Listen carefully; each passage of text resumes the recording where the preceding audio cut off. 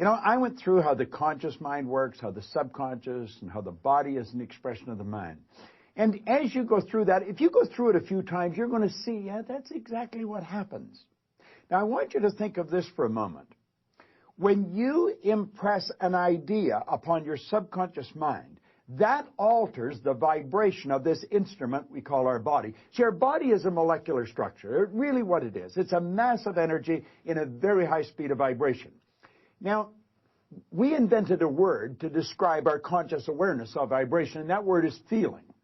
If you ask a person, you know, how are you today? They'll say, well, I'm feeling fine, or I don't feel that good, I feel great. You never hear a person say, oh, I'm consciously aware of being emotionally involved with a negative idea, so therefore I've moved into a negative vibration. But that's exactly what happens. So, you see, as we start to understand this, and we become aware that we're not feeling too good, we can change it. Now, it takes a little training, but you can do it. We are really in charge of how we feel. Now, we let other people upset us, but we don't have to let other people upset us. We don't need to react to them. We can respond. We can listen to what they're saying, and they say, well, you're entitled to your opinion, but that's just not what I'm like. And we can hold our own idea of ourselves. You see, it's important that we grasp how the mind works and that we understand the relationship of the body to the mind and the mind to the body. Now, it's our results that we want to change. Now, our results could be in our physical body. It may want to be, you may want to cast off a few pounds. You may want to put on a couple of pounds. You may want to have a little higher energy. See, all the energy there ever was or ever will be is 100% evenly present in all places at the same time. Everything's energy. You know, you'll hear people say, where does he get all the energy? Where does she get all the... Nobody gets energy. Everybody releases energy. Desire is the triggering mechanism that, whoo, lets the energy flow. Now, let's go back and have a quick review. Here you've got the little stick person here.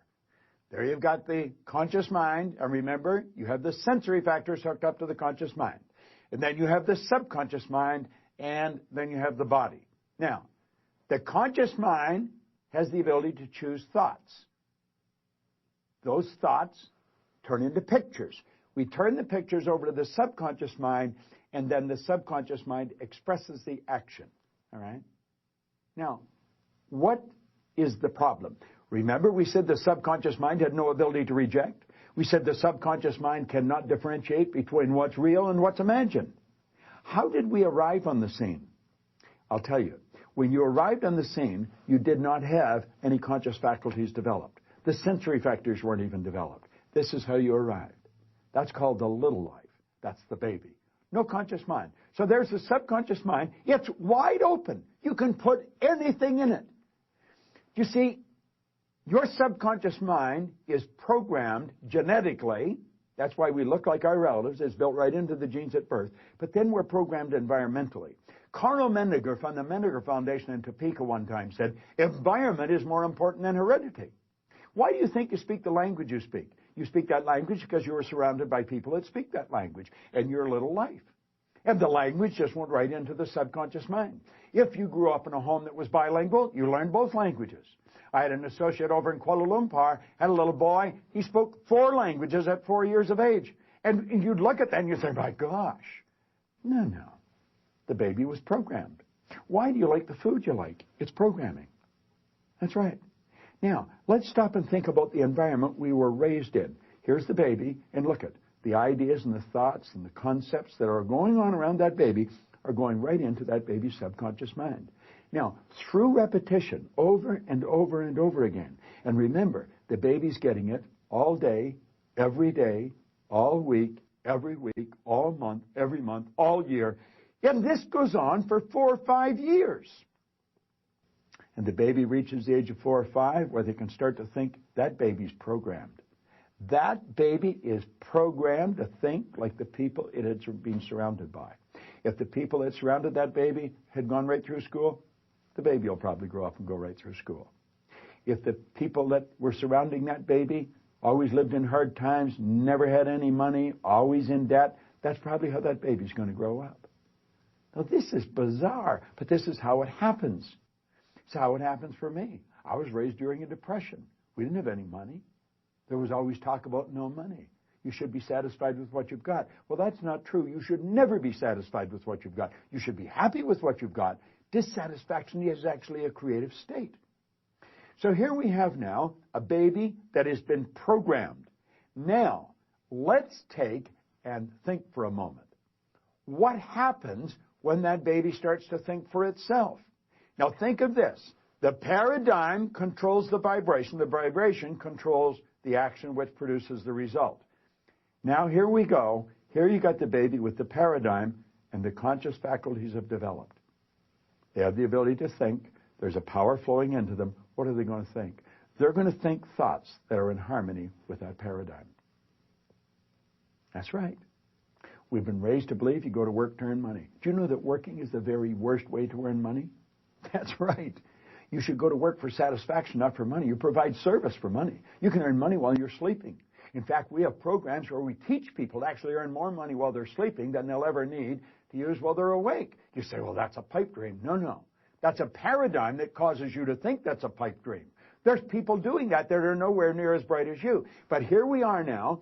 We've got the person. They've been programmed in their little life genetically and environmentally. That paradigm is nothing but a multitude of habits.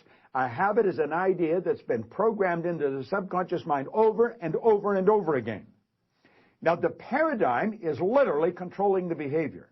Consciously, you can think of one thing, but subconsciously, the other idea will be controlling you. See, we can sit down and we can read these self-help books. We can listen to the recordings. And we say, yeah, well, I can do that. That makes sense. That's logical. But then we can't do it. Why? Now, think of this for a moment. I want you to imagine that you're going to accept an idea right now to turn your annual income to a monthly income. You say, well, I'd like that. But will you do it? Probably not. Your paradigm will stop you. See, your paradigm literally controls the results. Now, let's think of how the paradigm was formed. The paradigm was formed through repetition. The idea is being planted in your subconscious mind. Now, understand your paradigm dictates your logic. Your paradigm controls how you utilize your time. Your paradigm controls your perception of situations. Your paradigm controls your effectiveness. Your paradigm controls the amount of money you earn. If you want to change your life, you must change your paradigm.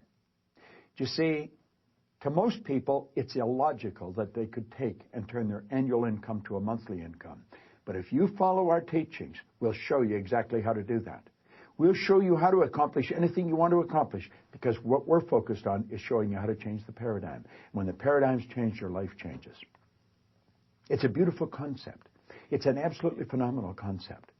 Now you know why you're getting the results you're getting. It has nothing to do with your intellect. Your intellect, you can figure out how to do things. That doesn't mean you're going to do them. You'll hear people say, I believe that, but their behavior would indicate they've never even heard of it. Why? We believe something on a conscious level. On a subconscious level, the paradigm believes something else. There's a word called praxis. Praxis is the integration of belief with behavior.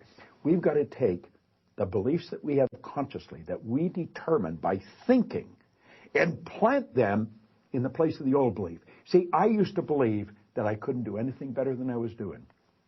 I felt fortunate that I was on the fire department. The idea of building a company that operated all around the world, furthest thing from my mind. But you know something? As I changed my paradigm, my whole world changed. That's what we do. That's what it's all about. You've got to change your paradigm if you want to change your life. Now, you can study all you want.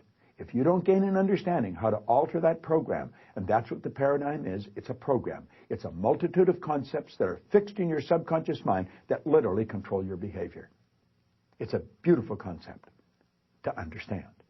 It's a terrible one if you don't understand it, because it literally controls your life. Why do you think most people go right through their life and keep getting the same results year after year after year? Well, it's just the way it is, and they don't know. We should be taught this in school, but we're not. How is the paradigm formed? Through the repetition of information. How's the paradigm changed? Repetition of information. Now, let's suppose you're having a difficult time with money. You find that you got more going out than coming in. You've got to change your concept about money. How do you do that? Through the repetition of an idea. That's where affirmations comes in. I'll give you one I've been using for years. I am so happy and grateful now that money comes to me in increasing quantities through multiple sources on a continuous basis.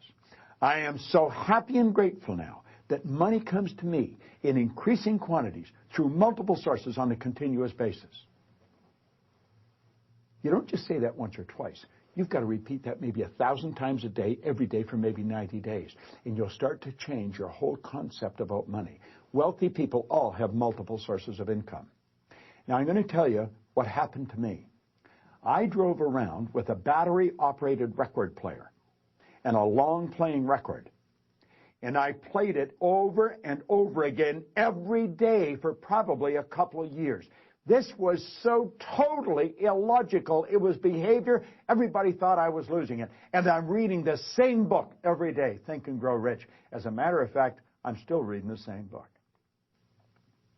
And it was the repetition of Earl Nightingale's information and the book that changed the paradigm. I didn't know what I was doing. I didn't understand what I was doing, but I did it. Do you know, I had a man come up to me in the Waldorf Hotel in New York, the Waldorf Astoria, at the end of a 3-day program, and he said, Bob, I really want to thank you for what you've just given to me. He said, for the first time in my life, I've understood how I accomplished what I did. I said, what did you do? He said, I won the gold medal in the decathlon in the Olympics in Melbourne, Australia in 1957. That's right. Milt Campbell. And he said, I never understood how I did it. He said, the next time you run a seminar, I want to bring my boys. And he did. Milt and I became great friends. In fact, Milt has a key to our house.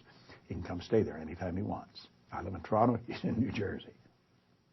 But here was the top athlete in the world, a very best athlete in the world. He didn't understand how he got there.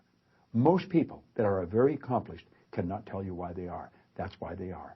They've rewritten the program. They changed the paradigm. They might not have understood how they did it, but they did it. That's what our company is all about. We teach people how to change paradigms. I want to thank you for watching this, but I'm going to ask you to share it with other people. Share it with them. Say, come and watch this. Start a rapport. Build a rapport with people, you know. It's a great way to live, and this is great information to understand. Thanks for listening. It's Bob Proctor. I enjoy sharing it with you.